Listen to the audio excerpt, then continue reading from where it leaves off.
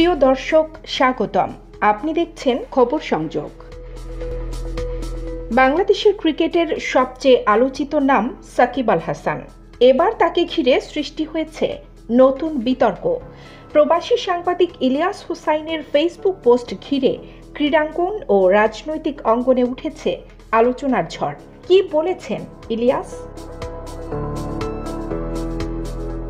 বাংলাদেশের জনপ্রিয় অলরাউন্ডার সাকিব আল হাসান, যিনি গত বছরের 7 জানুয়ারির নির্বাচনে আওয়ামী লীগের টিকিটে সংসদ সদস্য নির্বাচিত হয়েছিলেন। 5 আগস্ট দেশে পট পরিবর্তন ঘটলে এক পর্যায়ে ছাড়েন দেশ। এরপর একবার দেশে ফেরার চেষ্টা করলেও দুবাই থেকে আমেরিকা ফিরে যেতে বাধ্য হন। এরপর আর দেশে ফিরতে পারেননি তিনি। আওয়ামী লীগের অনেক নেতার মতো দেশ ছেড়ে বিদেশে থাকায় সাকিবকে নিয়ে সৃষ্টি হয়েছে নানা প্রশ্ন। এমন সময় সাংবাদিক ইলিয়াস হুসাইন তার ফেসবুকে একটি পোস্ট করেন, যেখানে তিনি লেখেন, আওয়ামী লীগের চোর সবাইকে বিএনপি জামাত ভাগাভাগি করে নিয়েছে, তাহলে সাকিবের কি দোষ?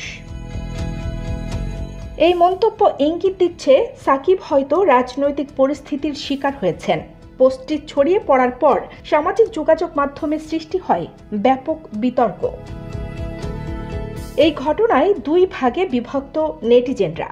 কেউ বলছেন সাকিব শুধুই একজন ক্রিকেটার, তাকে রাজনৈতিক বিতর্কে জড়ানো উচিত নয়। অন্যদিকে অনেকের দাবি, যেহেতু তিনি সংসদ সদস্য হয়েছেন, তাই তাকে তার অবস্থান স্পষ্ট করা উচিত।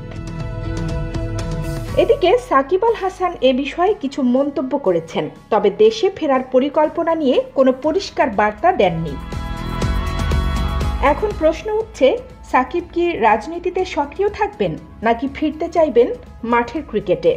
তার নিরাপত্তা ও ভবিষ্যৎ পরিকল্পনা নিয়ে দেশ জুড়ে কৌতূহল এখনো অটুট। দর্শক, আপনি কি মনে করেন? সাকিবের এই নীরবতা কি রাজনৈতিক কৌশল নাকি শুধুই একটি ব্যক্তিগত সিদ্ধান্ত? আপনার মতামত আমাদের জানাতে ভুলবেন না। এখন এ পর্যন্তই। আমাদের সঙ্গে থাকুন পরবর্তী সংবাদের জন্য। সবাইকে শুভেচ্ছা, বিদায়। কানিস ফাতেমা নিপা, খবর সংযোগ।